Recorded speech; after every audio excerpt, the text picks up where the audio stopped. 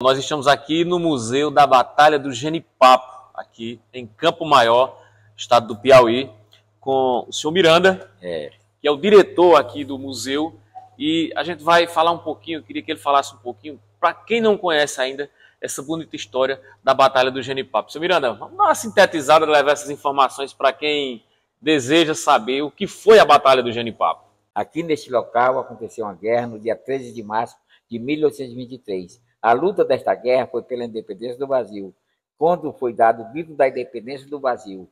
Em 1822, no dia 7 de setembro, nas margens do Riacho Piranga de São Paulo, quando a notícia se espalhou que o Brasil estava independente, foi uma alegria total no país inteiro. A alegria total. Essa notícia se espalhou na boca a boca, que não tinha meio de comunicação. Mas assim como ela chegou em todo o canto do Brasil, ela também chegou em Portugal. Quando chegou a notícia em Portugal, ao ouvir de Dom João VI, que era o rei de Portugal e também era pai do ditador da independência, de Dom Pedro I. Ele era o pai de Dom Pedro I.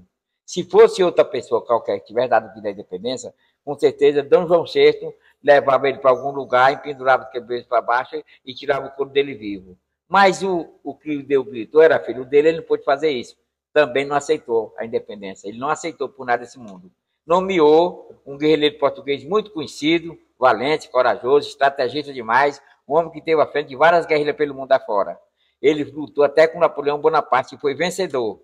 Então, o Fidié foi instruído por Dom João VI a vir ao Brasil para convencer a Dom Pedro I, no logo da independência, que o Brasil não estava no tempo certo de se tornar independente. Portanto, ele não aceitava o Brasil ficar independente. Por que ele não aceitava? Porque nós estávamos com 322 anos que era escravo dos portugueses, não era subordinado dos portugueses, trabalhava de manhã, de tarde, de noite, comia feijão no sal, vestia uma roupinha de riscado e só ficava aqui nesse lugar, nesse Brasil, só as humilhações. Todo o fruto desse trabalho ia para Portugal. Por isso ele não interessava em ver o país independente.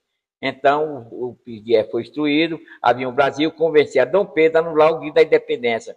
O João disse, olha, o Pedro é muito vaidoso, ele não dá atenção a nada, ele não vai aceitar anular esse grito.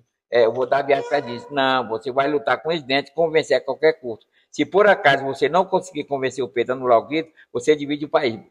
Portugal não pode vencer o Brasil como todo. Você divide o país, uma parte fica subordinada a Portugal e outra parte fica o Brasil. Então, nessa hora, o Fidié criou coragem, porque ele não gostava de dar viagem perdida, que ele nunca perdeu uma guerra, tinha ganhado várias guerrilhas pelo mundo afora, inclusive a de Napoleão Bonaparte.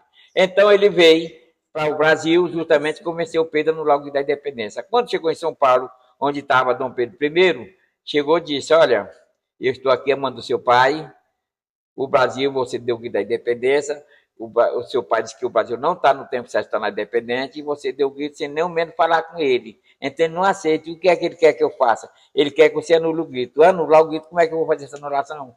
Você volta lá nas margens do Riacho Piranga, aonde você deu o grito, convoque o povo e faça um novo pronunciamento, dizendo que naquele dia 7 de setembro você estava brincando e o Brasil não está independente, está do mesmo jeito que era. E o Pedro disse, o papai mandou esse recado, disse, mandou.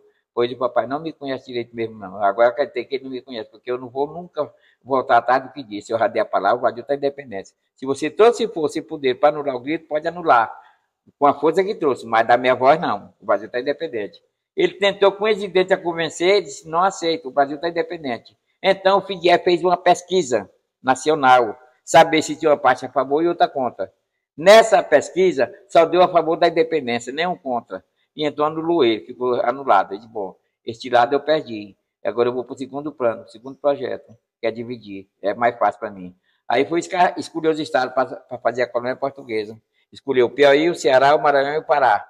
Eram 4 estados, uns considerados o mais rico do Brasil, com muita criação de gado. E pecuária muito grande, era rico. Então ele quis começar nesses 4 estados, que já entrava com riqueza. E quando ele escolheu esses 4 estados, ele achou que devia começar a colonizar. O primeiro estado a ser colonizado era o Piauí, porque o Piauí era menor territorialmente do que os 4 estados. Ele era menor do que o Ceará, menor do que o Maranhão e menor do que o Pará. Mas tinha mais gente. Aqui tinha 9 cidades no Piauí, o Ceará só tinha 8, o Maranhão só tinha 8 e o Pará só tinha 7. Então ele projetou, nós vamos começar no Piauí, quando terminar o Piauí nós vamos ao Ceará, terminou o Ceará, vamos ao Maranhão e deixar o Pará por último, que é o menorzinho de todos. E assim ele veio direto de São Paulo para Piauí, veio para a capital Oeiras. Quando chegou em Oeiras, correu a notícia que tinha esse homem aqui que veio para tentar convencer o povo a aceitar ser colônia portuguesa. Então, lá em Parnaíba tinha um homem por nome Simplício Dias da Silva, muito corajoso também, valente, talentoso demais, um homem forte, um homem que tinha muito poder. Não aceitou, dizia, eu não aceito não, não é possível, nós estamos com 322 anos que somos escravos dos portugueses, apareceu um filho de Deus que deu vida à independência, e Deus não aceita, não quer fazer essa sujeira, não é possível uma coisa dessa, eu não vou concordar com isso. E aí chamou os 9 estados, a representante dos 9 estados, os que comandavam aquela cidade, para conversar lá sobre o assunto. Quando chegou o Pelomeno de Campo Maior, que foi o João Cândido Silva, chegou lá junto com os demais, chegou lá, ele fez a reunião com esse povo, perguntou o que eles achavam dessa notícia que estava correndo no Piauí. Todos acharam uma lástima, porque nós estávamos com 300 e tantos anos sofrendo, e na hora que estava pensando que estava chegando a melhoria, Dom João VI ainda queria fazer a sujeira. Então não concordava. E o Simplício Dias disse, pois bom, era o que eu queria ouvir de todos. Ninguém concorda, ninguém concorda. Pois você volta para suas origens, vão conversar com o seu povo, reunir seu povo, preparar o povo para o pior poderá acontecer, porque não, também não vamos aceitar. Então você convence o povo, oriente para qualquer situação que venha aparecer, estão preparados, sabendo o que vai acontecer. E o João Cândido voltou para Campo Maior, o demais voltou para suas origens. E lá ele ficou aguardando. No dia 19 de outubro eu vou fazer um pronunciamento. E quando chegou 19 de outubro, ele fez aquele pronunciamento inflamado, dizendo que não concordava aceitar o Piauí entrar nessa onda de virar colônia portuguesa, porque não aguentava mais esse sofrimento, portanto, não aceitava. Então, como todas as esferas da vida, tem sempre aqueles que ficam gritados nas colunas para manter o chefão escutando as histórias, para manter o chefão informado, correu um desse tipo, até o Eira para avisar para o Fidié que o Simplício Dias da Silva tinha feito um pronunciamento em Parnaíba, que não aceitava o Piauí virar colônia portuguesa. Portanto, estava fora, o Piauí estava fora. E ele disse, eu não acredito que ele tenha feito isso, que nós já estávamos conversando, pois lá não está não. E ele falou duro. Ele falou duro, lá não volta atrás não. Então, o Fidié disse, ele vai ter que aceitar. Vai ter que aceitar. Chamou uma pessoa que estava ao lado dele, disse, conversa aí com fulano e tal, e mande juntar os homens aqui agora, que nós vamos já viajar para Parnaíba, acabar com a rebelião que está acontecendo lá.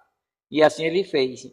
O caboclo juntou um monte de homens, juntou 1.100 homens fortemente armados, e disse, vamos para Parnaíba, acabar com o movimento que está acontecendo lá. E descer de lá para cá, a pé, de cima de cavalo, carroção de carregar mantimento, e descer, assim, passou em Campo Maior e seguiu viagem. Campo Maior, quando eles passaram, Campo Maior começaram a se preparar. Nós vamos preparar. Se ele ganhar lá em Parnaíba, nós tenta tomar aqui quando ele chegar. E se eles perderem lá, vinham fugindo, nós tenta prender eles aqui. Ficar se preparando nesse sentido.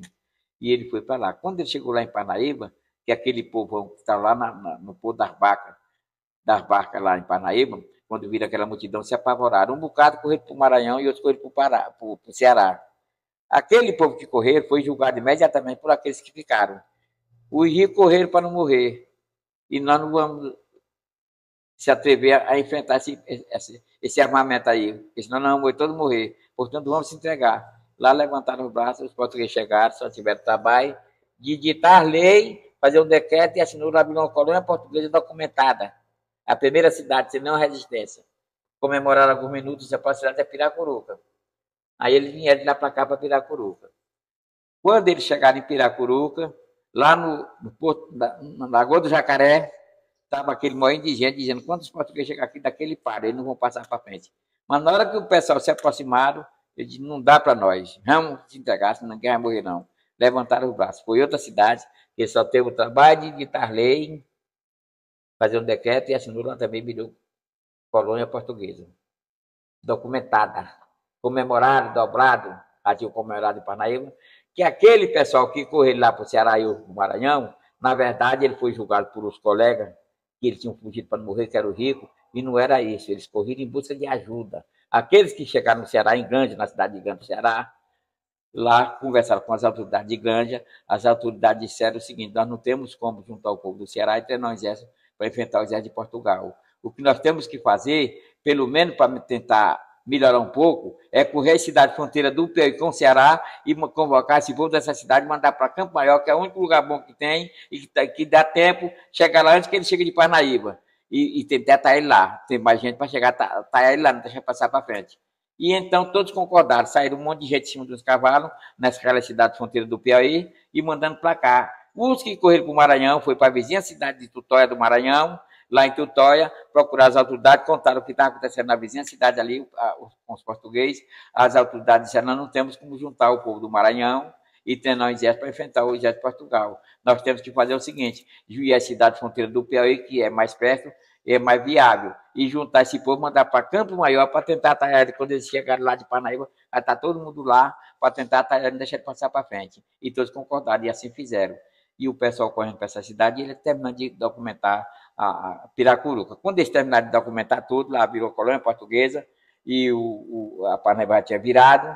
Se agora essa cidade será Campo Maior. Será uma tarefa muito difícil, porque Campo Maior, a cidade se prepara para isso, eles sabem que mais cedo ou mais tarde vai acontecer isso, e já são um pouco mais desenvolvidos, eles já estão mais preparados. Então, dificilmente nós ganhará de Campo Maior. A cidade já era meia grande, era a segunda maior cidade do Piauí, era Campo Maior naquela época. As outras eram menorzinhas.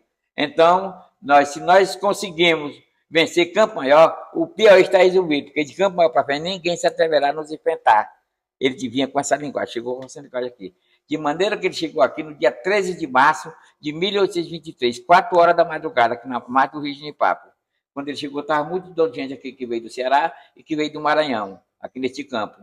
Quando eles viram, ele disse: muita gente, de onde arranjar tanto? Mas nós vamos para eles, com certeza. E ficaram discutindo, dando palavra de ordem. Quando deu 8 horas da manhã, eles se reuniram entre eles e disseram: o povo aqui não está para brincadeira, e nós não viemos aqui para discutir, nós viemos aqui para agir, portanto vamos agir. E começaram a atirar no povo, e o povo caminharam para cima com foice, machado, pedaço de pau, faca, e eles só parando na bala. Eles mandaram uma quantia de gente para enfrentar os que vinham. Quando dava com tantos minutos, ele mandava o reforço, mais tantos minutos ele mandava o reforço, de maneira que quando deu 2h30 da tarde, quando eles preparavam o último reforço para mandar para enfrentar os portugueses, o João Cândido Deus observou um silêncio muito grande no campo e disse: não libere esse povo agora, que eu vou ver o que está acontecendo no campo, porque lá está um silêncio total, e eu vou ver o que está acontecendo lá. Aí saiu correndo do campo onde estava o tiroteio. Quando ele chega lá, ele olha, viu só os portugueses desafiando.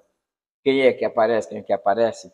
Com as armas apontadas. E aqueles que estavam lá do nosso povo, os que não estavam mortos, estavam feridos. Ele volta correndo e diz: olha, não mande mais esse ré de gente aí, porque lá os que estão lá estão todos, os que não estão mortos estão feridos. Nós perdemos. Vamos se entregar e nós perdemos. Não adianta mais nós tentar, porque se mandar isso aí morrer, não é questão de segundo. Por isso, vamos se entregar e deixar sobrar menos esse pouquinho vivo. E todos concordaram, não mandaram mais. Ele volta lá e se entrega, levantou o braço e entregou. Ele chama os organizadores, abraça no pé de pau bem grosso e enrola nas cordas para prender, para comemorar sem risco de haver a traição. E lá comemoraram e gritavam muito e falavam. Foi com muita luta, mas conseguimos. O Piauí está resolvido. Daqui para diante, ninguém se atreverá a nos enfrentar. Por que ele dizia que ninguém tinha mais que enfrentar ele? Porque nós ainda tínhamos 6 cidades, nós éramos 9 cidades.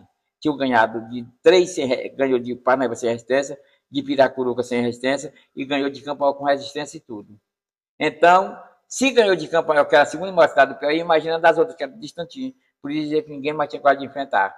E merece uma comemoração antecipada, porque no próximo mês nós já devemos elementar no Ceará, porque na próxima cidade que nós entrar, depois de sair daqui, na hora que nós entrar na cidade, eles já estão de braço levantado. Por isso, está resolvido o Piauí. E achou que estava resolvido.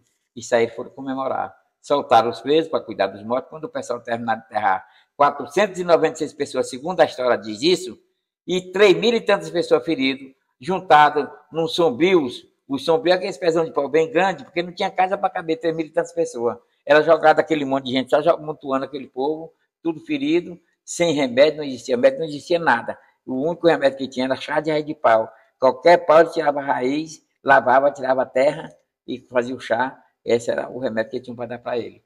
E deixaram ele foram morrendo no longo dos 2 anos. E então, quando juntaram isso, eles ficaram matutando o que tinha acabado de acontecer minutos antes, horas antes, estava aquele rolo de gente viva e, de repente, aquela quase 500 pessoas enterradas e aquela grande parte ferida lá, esperando a morte chegar, era de tristeza. Aí o João Cândido Deus chamou os colegas dele e disse: olha, nós estamos aqui se solidarizando com essa situação e não sabemos onde está comemorando os portugueses. De momento, ele está bem aqui pertinho. Quando terminar de comemorar, ele volta aqui para matar o resto. Por isso, é importante que nós saibamos onde eles estão, para a gente sair daqui, porque se ele estiver aqui pertinho, a gente vai ter que sair daqui para ver se não vai mais ninguém. Aí chamou as pessoinhas e mandou, espalhou no campo para saber onde estavam os portugueses. A ordem era essa: onde visse ele, não ir debater, não fazer com que ele não visse. Quando eles vissem, voltar correndo onde está, só para ter noção onde estava. Então, uma dessas pessoas encontraram ele lá na Fazenda Tomador. Lá estavam tudo dormindo, fizeram uma quarta de longe, o cabo via a bagaceira, garrafa quebrada para cima, tinha de tudo, e roncando, dormindo muito. Então o portador veio para cá, que veio se acabando. Quando chegou, contou o que viu lá. E o João Cândido de Deus e Silva disse o seguinte: rapaz, esse povo se encontra nessa situação. Poderá estar surgindo um milagre. Vamos tentar desarmar os portugueses. Se eles não acordarem, nós vamos ter sucesso. E se eles acordarem, nós podemos despedir do mundo, que aí nós estamos mortos mesmo. Mas vamos tentar, vamos com cuidado, ver se não faz muita zoada, e vamos tentar pegar as armas dele. Pegaram um monte de animal, botaram as cangalhas, os cambitos, e aquele povo que sobrou da luta. E foram para lá. Quando chegaram lá, botaram essas armas todo no ombro desses animais, as que sobrou fizeram os feixes, botaram no ombro, e trouxeram para cá. Ele não sabia manusear com as armas. Quando chegou, ele disse: nós não sabemos mexer com as armas, mas também não podemos ficar com a limão, porque quando eles acordam lá, eles vão achar que nós pegamos. E eles vêm para cá. Se nós tiver com a limão, eles tomam e matam o pessoal. Nós vamos jogar no lugar que ele não encontra, é dentro do rio. Aí jogaram as armas tudo dentro do rio. Bom, os portugueses estão desarmados e nós estamos aqui vivos, no ponto de começar tudo de novo. Mas para isso nós temos que ampliar, porque o povo que eles têm lá, o nosso aqui peita mais ou menos a quantidade. Se é menos, mas é pouco. Mas eles lá são mais experientes. Mesmo nós estando armados, eles desarmados, mas lá são mais experientes, já são acostumados. Vamos ampliar. Fora que chamou as mulheres, armadas de faca, chamou os meninos de 10 anos para cima, armou de faca, tu era um desses, viu? E chamou os velhinhos que ainda podiam dar um pulinho à frente, também armou de faca, fez aquele monte. E ficaram aguardando. Na hora que eles acordaram lá, eles vêm para cá. De maneira que quando eles acordaram aqui no Vila das Armas, foi o desespero total. O desespero todo que as armas, roubaram as armas, e o Fidié, bem calmamente, calma todo mundo. Essas armas foi que levaram com certeza. Ele não sabe manusear com as armas, ele não sabe mexer nelas, não. Nós vamos lá, toma as armas dele, mas atrás vamos embora. Aí fizeram isso, vieram todo mundo para cá. Quando ele se aproximou, ele não viu ninguém com arma, ele já começou a ficar apreensivo. E quando se aproximou bem, começou a gritar: cadê nossas armas? Se colocaram nossas armas. O pessoal já caminharam para cima dele, cortando e furando, ele se defendia como podia. Quando caía, não se levantava mais, ressacado e cansado. Ele chegou de Parnaíba aqui 4 horas da madrugada, cansado, a viagem desse tamanho, lá de Parnaíba. E quando deu 8 horas da manhã, começou a luta de 5 horas. E quando ainda foi beber cachaça, que não respeita ninguém. Quando caiu, não tinha mais força de se levantar. Não tinha mesmo. E então, ele, nessa loucura dele, ele, quando caía, se levantava, o Fidié começou a entrar em desespero, vendo aumentar, cada minuto aumentando o número de gente caída, de gente já morrendo. E começou a gritar: quero trégua, quero trégua, quero trégua. E chegou um ponto que o João Cândido de Deus e o Silva diziam: eu vou lá no campo, porque o Fidié está muito nervoso, eu vou saber o que está acontecendo lá. Aí veio o campo, quando chegou, observou. Ele viu que já se aproximaram 100 pessoas mortas dos portugueses e uns 200 feridos. Aí ele se animou, disse: o negócio aqui não está para nós. Ele volta para os colegas e diz: olha, os portugueses perderam. Os portugueses perderam. Lá já se aproximam 100 pessoas mortas e uns 200 feridos.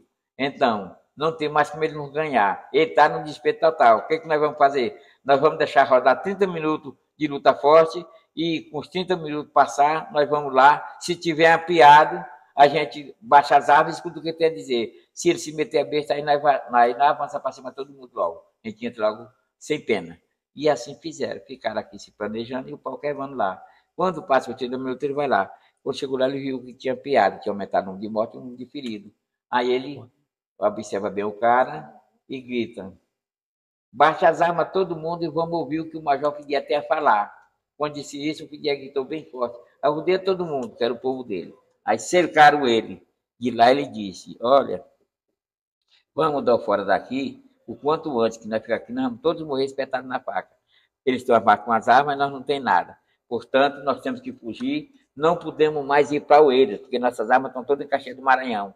Nós temos que ir para Caxias buscar as armas, resolver aqui e depois nós vamos para Oeiras. E assim fizeram. Mas também vou dividir os grupos, porque até nós chegar em Caxias, poderá nós encontrar barreiras pesadas, tudo armada com faca, e nós sem nada, vai perder muitos homens. Nós já vamos deixando um bocado aqui. Se nós perder mais homens do que o que tem aqui, com certeza nós vamos ficar enfraquecidos. E por isso nós temos que ir com o grupo menor, o grupo escolhe seu próprio caminho, nós só vamos juntar todo mundo só lá em Caxias. Cada grupo escolhe seu próprio caminho. E assim ele fez, ele dividiu os grupos. O último grupo que ele dividiu foi o dele, Fidié. O grupo do Fidié saiu nessa região aqui do Estanhado, que é a cidade de União, beira do Rio Parnaíba. Então ele seguiu. Quando ele passou, chegou numa fazenda por nome Canto do Silva, ele parou para descansar, passou lá algumas horas para descansar. Hoje ele é município Nossa Senhora de Nazaré, ele descansou, seguiu em frente. Quando ele chegou na fazenda por nome Nossa Senhora do Livramento, que hoje é município, hoje é Nossa Senhora, é José de Freitas. Lá ele também parou para descansar, levou algumas horas descansando. Depois desceu a serra, ele subiu numa serra também para ser um ponto estratégico. E quando ele desceu a serra, no rumo Estanhado, quando ele chegou numa fazenda por nome São Felipe, uma comunidade São Felipe, ele também parou para descansar. Quando descansou algumas horas, seguiu viagem, chegou no Estanhado. Quando ele chegou no Estanhado, como se tratava de uma vila portuguesa, lá ele passou mais dia. Ele passou 4 dias buscando apoio. Bom dia. Não obteve esse apoio, aí ele atravessou o Rio Parnaíba e foi para Caxias. Só que aquele grupo que ele dividiu, nenhum chegou lá, todos se perderam. Só chegou lá o grupo dele, Fidié. Quando ele chegou lá, já sabia de tudo, porque quando ele saiu daqui, o João Cândido de Silva chamou o pensador dele, mandou ir a Caxias, comunicar às autoridades de Caxias, que os portugueses tinham perdido da guerra aqui em Campo Maior e tinham fugido para lá, para tentar prender ele lá, ele aqui não tiver capacidade de prender ele. Você conta tudo que você viu aqui para as autoridades de Caxias. Quando ele chegou lá, ninguém sabia de nada, ele contou tudo o que aconteceu aqui. As autoridades se organizaram por lá para o Morro do Alecrim, lá em Caxias do Maranhão, que era o caminho que ele tinha que passar. Quando ele chegou lá com o grupo dele, cercaram ele e fizeram um desse. Ele foi preso, ficou preso lá alguns dias, alguns meses, e depois lá as autoridades de Caxias mandaram deixar ele aqui no Piauí, na capital Oeiras. Quando ele chegou aqui em Oeiras, o governo do Piauí... Oeiras era a capital do Piauí, né? Era, capital do Já Piauí. foi capital. Era, foi. 110 anos. Aí o governo disse, eu não vou ficar com esse preso aqui, porque esse preso é muito perigoso, poderá fugir. Naquela hora, para mim, estava acontecendo o primeiro milagre que Deus estava me mandando. Ele disse, eu vou deixar no lugar bem seguro. Pegou ele, foi deixar no Rio de Janeiro. Quando ele chegou no Rio de Janeiro, comunicou as autoridades do Rio de Janeiro, entregou ele, receberam ele, e o governo fez um relatório e mandou para Portugal, para o rei de Portugal, Dom João VI, comunicando que os portugueses perderam a guerra aqui no Piauí, especialmente em Campo Maior, foram presos em Caxias do Maranhão e se encontravam apenas naquele momento no Rio de Janeiro. Dom João VI, quando nomeou o Fidié para vir ao Brasil, a família do Fidié disse que ele vinha, mas não voltava. E o povo de Portugal, como um todo, disseram que ele vinha, mas não voltava vivo. O que ele disse? Ele disse que ele vai vir e volta vivo. Fez um pronunciamento nacional, dizendo que ele vinha vivo e voltava vivo. Então, naquela hora que ele recebeu aquela notícia, que ele estava preso no Rio de Janeiro, ele sentiu um alívio de manter o que disse. Porque se ele tivesse chegado a notícia lá que ele estava preso no Piauí, ele não tinha mandado aquele documento. Porque ele sabia que ele ia morrer, ele achava que ele ia morrer. Então, lá no Rio de Janeiro, ele viu a possibilidade, se desse um documento importante, com certeza, ele conseguia voltar ele vivo, porque o documento era, a troca era ele, era a vida do Fidié, aquele documento. Deu o documento do reconhecimento da derrota. Aquele documento era retroativo, não podia mais desmanchar, que foi o rei que assinou. Então, aquele documento podia terminar o processo de independência sem perguntar mais nada a ninguém. Portanto, ele não tiveram dúvida em entregar ele vivo, porque o documento ia acelerar o processo de independência sem perguntar, sem ver mais nenhuma morte. E quando ele leu o documento, ele disse, poxa, um documento como esse, eu não posso negar de entregar ele vivo, porque nossa luta aqui é pela nossa independência, pelo nosso direito adquirido, não documentar nosso país, tirar sua primeira identidade. E aí, só foi cuidar das propriedades dele, entregou, devolveu ele vivo. Quando tomou ciência que ele tinha chegado em Portugal vivo, aí chamou os estados que estavam envolvidos no assunto da separação e comunicou que tinha dividido o peso, ficando aquele documento importante que dava direito a terminar todo o processo de independência. Todos aplaudiram a maneira. Se agora nós temos um documento que dá direito a nós terminar nosso processo de independência, nós tiramos nossa primeira identidade e se tornar mutuamente independente. Portanto, nós vamos fazer isso, mas para isso nós temos que chamar o resto do país que se considerava independente, que o Brasil ia ficar independente de Pernambuco para lá. Esses 4 estados eram o estado do Grão-Pará, o nome do país era esse, ia ser o estado do Grão-Pará, esses 4 estados, um país menor. E aí chamou o representante dos estados, do Pernambuco para frente, fizeram a reunião, quando chegou todo mundo, e contaram todo o lavagem que aconteceu naquele percurso de tempo, que tiveram essa guerra, e então adquiriram um documento do rei de Portugal, que dava de terminar todo o processo de independência. E nós vamos todos ficar juntos, porque nós nascemos juntos, se criamos juntos, não é possível, depois de velho, nós se tornar separados. Então, ele não conseguiu fazer a colônia, e nós estamos todos juntos, vamos fazer nossa primeira Constituição, e foram elaborar a sua primeira Constituição. Esse tempo passando, da elaboração da Constituição, aí nesse período que eles lutavam para terminar esse processo, Dom João VI percebeu que se terminasse aquela história daquela natureza, com certeza alguém ia se ferrar moralmente. E era a coroa portuguesa que perdeu seu prestígio. era um poder muito forte. Então ele sentiu na pele que tinha que fazer alguma coisa. Ele correu de lá para cá. Quando ele chega, ele diz: olha, eu estou aqui de volta para dizer que o Brasil está independente, não há mais nada que se possa fazer. Mas uma coisa tem que ser feita: a Tratado do Brasil não pode ser a Batalha de Papo. E o povo: por que não? Por que não? Tem que botar o Guido do Ipiranga. Não, nós não estamos fazendo uma independência aqui na diplomacia. A diplomacia é se o senhor não tivesse interferido no Guido do Ipiranga. O senhor não aceitou o Guido do Ipiranga para tornar o país independente. Nós estamos fazendo a independência aqui, foi uma reação popular que nós somos vencedores e o senhor reconheceu a derrota. Portanto, nossa história é essa. Eu não aceito, e foi para a discussão, e o pessoal tentaram convencer a qualquer custo e não aceito. Quando ele viu que o pessoal não ia atender, aí ele foi para ameaça. Ou vocês colocam o grito do Ipiranga na história, então a guerra não acabou, eu vou ficar em Portugal. Nessa hora preocupou o nosso povo, porque tinha um país inteiro de Portugal, o povo já era sabido, já era muito rico, o país era rico demais, muito navio, muito mar, para jogar os navios para todo mundo afora, e aqui não tinha onde buscar pés para ir buscar num país longe, como é que chegava, ninguém tinha nada, o Brasil não existia nada, não sabia nem para onde ir. Era um sacrifício, começou a preocupar, tentou levar na diplomacia para convencer a Dom João VI não interferir dessa natureza, e ele foi para cima. O documento que ele dava, que tinha que ser o Guido do Ipiranga, também dizia que o Brasil ficava independente do mesmo jeito, colocando o Guido do Ipiranga. Apenas a história ficava torta. Provou ele que ele não queria manchar o nome da coroa, que ela perdesse prestígio, o prestígio dela. Porque o exército português perdeu a guerra aqui no Piauí para os matutos disciplinados, se não são militares. Era uma desmoralização para eles, eles iam perder a moral. Por isso é que ele não queria. Então, o pessoal foram pensando, foram tentando, que viu que não tinha jeito, o velho muito forte, valente mesmo, o homem estava mesmo ameaçando tudo. E o pessoal foi, acharam que era melhor ser independente com uma história tosta do que ser independente com a sua própria história e perder dentro de pouco dia. Porque se tem colocado a qualquer custo, a nossa história, a Batalha de Papo, essa tinha que ser a nossa história, na verdade. Mas eles invadiram o país de canto a canto, porque eles tinham que fazer isso. E nós aqui não tínhamos ninguém para entrar para o nosso lado para reportar. Não é como hoje. Hoje um país está sendo ameaçado, aparece o outro lado, o vizinho do outro lado quer ter. Daí não, rapaz, deixa ele em paz. Tenta correr um pena, não. E naquele tempo não tinha isso. Nós descansava só. E então, meu amigo, eles aceitaram colocar a Batalha de Papo de lado e colocaram o Guido do Ipiranga a fim de ficar independente, com a história torta. Nós estamos com 201 anos estudando o Guido do Ipiranga. O conto da nossa história deveria ser a Batalha de Papo e não o Guido do Ipiranga. Não é que o professor está ensinando errado, porque foi feito todos os termos legais. Quando o pessoal aceitaram, foi modificado toda a Constituição e colocado o Guido do Ipiranga na história do Brasil, foi aceita e foi documentada. Então, nossa história até hoje, 201 anos, nossa história é o Guido do Ipiranga. Nossa história nunca foi para o Banco Nacional, do Ministério da Educação, do Ministério do... Nada, nós não temos uma história registrada. Ela está como que ela não existiu. Todo o canto do Brasil existiu um movimento na luta pela independência.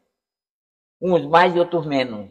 O mais forte que eu considero que existiu nos movimentos pela luta da independência foi o 12 de julho da Bahia e a Sabinada da Bahia. O Pajeú do Pernambuco não foi tanto, teve um movimento. O Farrapo do Rio Grande do Sul teve um movimento. A Sabinada da Bahia, como eu já falei, teve a Cabanagem do Pará, teve a Pará do Maranhão, o Farrapo do Rio Grande do Sul. Todo estado tem um pequeno movimento. Nem morto, nem ferido, nem ganhador, nem perdedor. Foi só esse movimento diplomático. A Batalha de Papo foi diferente. Houve um monte de gente morto, houve o reconhecimento, que é o mais importante, foi o reconhecimento, por isso que aconteceu a assinatura da nossa Constituição. Então, nossa foi uma luta de verdade, foi conseguido no peito e na raça, no sangue, foi sangue vivo aqui. Portanto, a nossa história foi a história mais importante do Brasil. E então foi aceito colocar o Guido do Ipiranga e foi colocado no Brasil uma história torta. E ele deu um nó tão bem dado que estamos com 201 anos e ninguém nunca pôde desatar esse nó. Nós continuamos estudando o Guido do Ipiranga, mas nossa história verdadeira tinha que ser a Batalha de Papo. Tinha que ser a Batalha de Papo e não o Guido do Ipiranga. Este moço bem aqui do Piauí, o Rafael, ele disse aqui neste monumento que está lutando com unhas e dentes para que até o final do mandato dele a nossa história esteja registrada lá no Banco Nacional da História do Brasil, como que ela tenha existido. Nós não vamos ter nunca no mundo uma história sendo contada a Batalha de Papo, porque nós estamos com 201 anos estudando o Guido do Ipiranga. Mas ela tem que ter sido que ela existiu, assim como as demais, e um feriado no dia 13 de março. Se isso vier acontecer mesmo como ele está lutando, nossa história vai estar esclarecida. Está esclarecida, não tem dúvida. E registrada. E registrada. Por isso é a luta do governador do Piauí hoje, para essa história ser registrada e ser mostrada. Porque todos esses movimentos que eu acabei de falar, desses outros estados, o presidente, o rei de Portugal, colocou na história do Brasil. Existiu o 2 de julho, o Pajeú, o Farrapo do Rio Grande do Sul, a Cabanagem do Pará, a Barra do Maranhão, os demais, foi todos, ele colocou. Sabe o que ele colocou e não colocou a nossa? Porque, porventura, vamos dizer que o 2 de julho foi um pouquinho mais forte do que o dos outros estados. Lá morreram 2 pessoas, lá no confronto. A história é bem longa, por isso que eu vou deixar ela só nesse suspense. Então, lá, ele colocou esses movimentos aí, porque, porventura, se lá no 2 de julho, que foi um pouquinho mais forte que os outros, fosse haver um questionamento, que lá foi onde aconteceu tudo, lá ele não ia ter elemento para dar continuidade nesse processo, dizer que lá houve uma guerra sangrenta que venceu os portugueses. Ela ia arquivada por falta de prova e ficava dito por não dito. Todos eles lá. Ah, daqui você tem que colocar 2 palavrinhas do mesmo tanto que ele colocou lá, com certeza ia aparecer 1001 questionamentos, a verdadeira história ia aparecer e a agulha estava ferrada. Então ele anulou totalmente, justamente, porque onde não houve nada, não pode se abrir um questionamento na coisa que existiu. Por isso, tanto que ele já era sabido. Ele zerado, porque ele não queria que a prova aparecesse que eles perderam a guerra. Isso era a verdade dele. Ou seja, aqui foi uma queima de arquivo. Foi uma queima de arquivo. Pois, nossa história é muito bonita. Agora eu gosto de falar 90 minutos dessa história, que aí não tem que resumir nada. Tem muitas coisas que vocês precisam saber. Ainda eu quero que você venha outra vez aqui e traga um tempo. Eu tenho o prazer de contar essa história o tanto de vezes que der, porque é muito importante. O Brasil encerrou todo o processo de independência aqui. Não temos dúvida disso. Nossa Constituição foi assinada no dia 25 de março de 1824. Nossa guerra foi no dia 13 de março de 1823. Portanto, foi 1 ano e 20 dias foi elaborada essa Constituição e assinada. Ela só foi assinada porque existia um documento, mesmo eles sabendo que o português estava preso, tinham perdido a guerra aqui. Se D. João VI não tem dado aquele documento do reconhecimento, era o dito por não dito. Ele ia deixando o pessoal naquele lamento danado, até se convocar. Quando morre a pessoa da gente, não fica um bocado de dia no sofrimento danado, depois não vai acostumando. Era o mesmo que ia acontecer. Não ia ser nada, não tinha nada de independente. Morria ali. Mas aquele documento foi para o céu. Por isso que eu falei no governo da palestra que houve um milagre, estava começando a haver um milagre, quando aquele governador recebeu aquele prisioneiro e disse, não vou ficar com ele aqui, porque ele é muito sabido, pode ele fugir. Naquela hora está existindo o primeiro milagre, porque se ele tivesse deixado ele preso aqui, talvez ele não tivesse morrido como o rei pensava, e não tivesse morrido, mas também o documento não tinha vindo. De maneira que ele achava que ele morria. Ele achava que ele morria, por isso ele não ia confiar em mandar o documento. Ele mandou o documento e se arrependeu, tanto que ele interferiu a ponto de não deixar colocar a própria história. Não pôde anular, porque não podia. Ele não pôde anular, mas se arrependeu de ter dado. Nossa história encerrou aqui. Começou lá no Rio do Ipiranga e veio morrer aqui. Com a força do povo do Ceará e do Maranhão e do Piauí. Foi esses 3 estados. O Pará estava envolvido, mas não mandou, que era muito longe.